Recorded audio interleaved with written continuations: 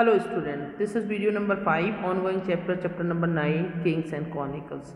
Now in the previous video we have discussed Akbarnama and Badshahनामा. Now इस chapter का बेटा सबसे इम्पोर्टेंट अगर हम मुगल एम्पायर्स को हिस्ट्री को पढ़ते हैं बेटा और अकबर की पॉलिसीज़ को पढ़ते हैं, रिलीजियस पॉलिसीज़ को पढ़ते हैं, तो उसमें सबसे इम्पोर्टेंट पॉलिसी होती है उनका सुलह कुल। ठीक है, सुलह कुल का जो उन्होंने एक एक मैसेज दिया, एक जो पॉलिसी इम्प्लीमेंट किया था वो सबसे इम्पोर्टेंट था अकबर के terms of the welfare works. So now we have start the unifying force the policy of Sulh Kul. ठीक है, first of all Abul Fazl describe the idea of the Sulh Kul. ठीक है, जो ये सुलह कुल का पॉलिसी है इसको किसने डिस्क्राइब किया? अबुल फजल ने किया था। ठीक है, और इसका जो लिटरली मीनिंग होता है एब्सोल्यूट पीस, पूर्णतया शांति, टोटली पीसफुली एटमॉस्फेयर हो वैसी बात ये करते हैं as the cornerstone of the enlightened rules. So in a Sulh Kul, अभी देखिए इन सुलह कुल पॉलिसी में होगा क्या? All the religious and the schools of the thoughts, सारे धर्म और जितने भी अलग अलग थॉट्स हैं, स्कूल्स ऑफ द थॉट्स, अलग अलग रिलीजियस पॉलिसी, जैसे लाइक मुस्लिम्स का अलग है, सिख्स का अलग है, क्रिश्चियंस का अलग है, वो सारे had the freedom to express, उन सबको आज़ादी दे दिया जाए, उनको फ्रीडम दे दिया जाए क्या? एक्सप्रेस करने का, but on the condition that did not undermine the authority of the states or the flight among themselves. But आप उनको फ्रीडम तो दे रहे हैं, बट एक ये कंडीशन है कि वो जो स्टेट के अंदर रह रहे हैं या जिस भी रूल्स के अंदर वो रह रहे हैं उसको अंडरमाइन ना करें, उसकी अथॉरिटी, उस सत्ता को स्वीकार करते हुए वो अपने रिलीजियस को, अपने धर्म को, अपने थॉट्स ऑफ द स्कूल्स को अच्छी तरह से फ्रीली वर्क कर सकते हैं। The idea of the Sulh कुल was the implemented thoughts of the state policies. ठीक है, अब ये जो स्टेट पॉलिसी है, राज्य की जो नीति है उसमें इम्प्लीमेंट करते हैं। And the nobility under the Mughals was the composed one comprising Iranis, Turanis, Afghanis, Rajputs and Deccans. All of the Oghams were given position and awarded purely on the basis of their service and loyalty of the kings. अब देखिए यहाँ क्या हो रहा है इसके अंदर में जब नॉबल्स होते थे बेटा, जो उसके अंडर किंग के बाद जो सेकंड नंबर पे आती, थर्ड नंबर पे आती थी और वहाँ पे रूल करते थे, उनको कुछ पर्टिकुलरली एरिया दे दिया जाता था और जहाँ पे वो रूल करते थे और वहाँ से टैक्सेशन लेके कलेक्ट करके वापस राजा को या ट्रेजरी में सबमिट करते थे। तो अब इन्होंने यहाँ कहा क्या किया कि जो भी अलग अलग रूल्स हैं, ईरानीज़ हैं, तुरानीज़, अफगानीज़ हैं, राजपूत, इन सबको कुछ ना कुछ पोजीशन देते थे और जब इनको स्टेट्स में, कोर्ट्स में पोजीशन मिलती थी तो उनको अवार्ड भी दिया जाता था। प्योरली उनको जो उनकी सर्विस होती थी, जो उनकी लॉयल्टी होती थी, राजा के प्रति जो उनकी वफादारी होती थी, उनको वो एडमायर करते थे और उनको प्राइज़ भी देते थे।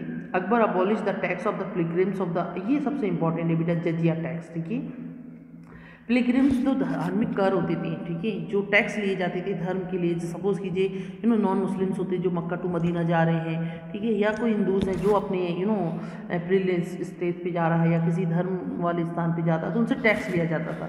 सो अकबर अबॉलिश, उन्होंने बंद किया बेटा the tax of the pilgrims of the 1563 and the jizya in 1564 as the two were based on the religious discrimination. और ये दोनों ही क्या थे? धार्मिक भेदभाव को बढ़ा रहे थे। तो इन दोनों को पिलग्रिम धार्मिक कर को उन्होंने 1563 में और जजिया टैक्स को उन्होंने 1564 के अंदर अबॉलिश किया था। Instructions were sent to the officers through the empire to the follow the precept of the सुलह कुल in the administrations। और जो इंस्ट्रक्शंस होते थे, ठीक है, were the sent to the officers को, अधिकारियों को दिए जाते थे कि वो एम्पायर में जाएं और फॉलो कराएं बेटा कि जो सुलह कुल का जो प्रस्पेक्ट है, जो इसकी नीति है, जो उसकी पॉलिसी है, वो सभी लोग ट्राई करें कि सभी लोग उसको फॉलो करें। All the Mughal emperors gave grants. अब देखिए इसके लिए वो ग्रांट्स देते थे to support the buildings and the maintain the peace of the worships. Even when the temples were destroyed during the wars, grants were the later issued for their repair as well. We know the form of the reasons of the Sulh Shahjahan and Aurangzeb. However, during the reasons of later, the jizya was the imposed the non-Muslim subject. ठीक है, बाद में ये non Muslims होते थे उनसे लेने लगे। तो जजिया कर एक ऐसा था जो टाइम टू टाइम बंद भी किया गया था, लेने भी गया था। जैसे अकबर ने उसको बंद किया, बट शाहजहाँ के और औरंगजेब के समय में वो कर नॉन मुस्लिम से भी वापस लेने लग गए थे। Now next point is the capital and the courts of the Mughals Capitals. ठीक है, अब इंपॉर्टेंट है कि यहाँ पे मुगल्स कोर्ट में अपनी कैपिटल्स को कैसे वो शेड करते थे। So the heart of the Mughal empire was its capital city, because अभी भी आप देखेंगे दिल्ली इंडिया का पूरा कैपिटल दिल्ली है। उस समय भी दिल्ली ही एक सेंटर पॉइंट होता था और उनका कैपिटल भी होता था, बट कुछ आप देखेंगे कि यहाँ पे आगरा को भी उन्होंने अपना कैपिटल बनाया, ठीक है, उसको भी चेंज कर देती।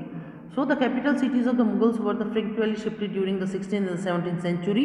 तो 16वीं और शताब्दी में ये जो इनकी कैपिटल्स थी देयर विल बी शिफ्टेड, उसको शिफ्ट किया गया था। When the Babur brought the Lodi capital to the Agra, Agra थी स्टार्टिंग में, the court of the change and with in the 4 year the rule in the capital. So first उन्होंने आगरा में setup किया and the fort of the Agra was the construct by the Akbar during the 1560। जो आगरा का किला है बेटा fort of Agra, उसको कब construct किया गया था? तो 1560 के अंदर अकबर ने उसको कंस्ट्रक्ट किया था इज द रेड स्टोन, लाल पत्थर से। In the 1570 he build the new capital Fatehpur Sikri, और फिर अकबर ने अपने समय में कैपिटल को चेंज किया और कौन सा कैपिटल बनाया? Fatehpur Sikri. It was located the direct road of the Ajmer where the dargah of the Sheikh Moinuddin Chishti. और फतेहपुर सीकरी उस प्लेस पे था जहाँ डायरेक्ट वो अजमेर आते थे। और आपको मालूम होगा कि अकबर अजमेर आते थे शेख मोइनुद्दीन चिश्ती की दरगाह पे। It become the important Pilgrim centre. The Mughal emperor shared the close relationship with the Sufis end of the Chishti सिलसिला। तो अकबर का या मोस्टली मुगल रूलर्स का Chishti Silsila, the founder of the Chishti Silsila in the India, Moinuddin Chishti, जो 1191 को इंडिया में आए थे 1192 में, तो ये यहाँ पे उनकी दरगाह जाते थे और ये उनको बहुत फॉलो भी करते थे।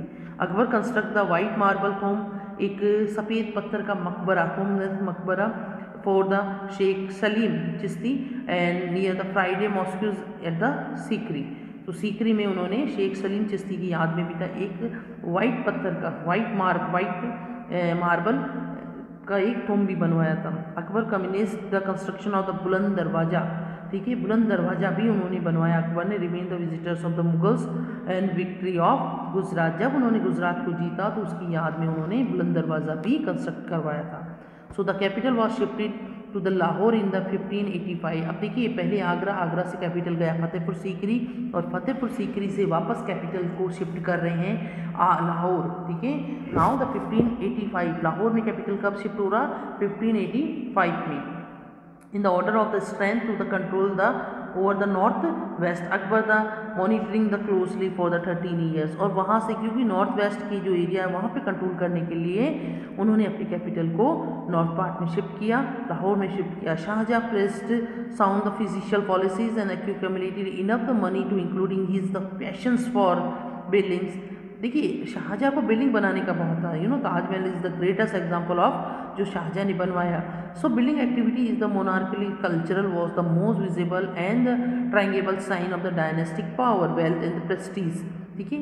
तो जो बिल्डिंग कंस्ट्रक्शन हुआ specially in the Shahjahan time, तो वो उनकी डायनेस्टिक पावर को शो करता है, उनकी वेल्थ को शो करता है, उनकी प्रेस्टीज को शो करता है। In the case of the Muslim rulers in the also the consider the act of the pity in 1648 the capital was shifted in Shahjahanabad. अब देखिए वापस कैपिटल को शिफ्ट किया शाहजहानाबाद। शाहजहाँ ने ये पूरा एक सिटी बनवाया था and it was the new additional to odd the additional city of the Delhi with the new fort red fort Lal Qila the Jama Masjid and the 3 line is place with the bazaar Chandni चौक। तो ये सारी चीज़ें हैं बेटा जो दिल्ली में हैं और इनको कंस्ट्रक्ट किया था शाहजहाँ ने। And spaces homes of the nobody Shahjahan the new cities approached the more formal visions of the grand monarchies.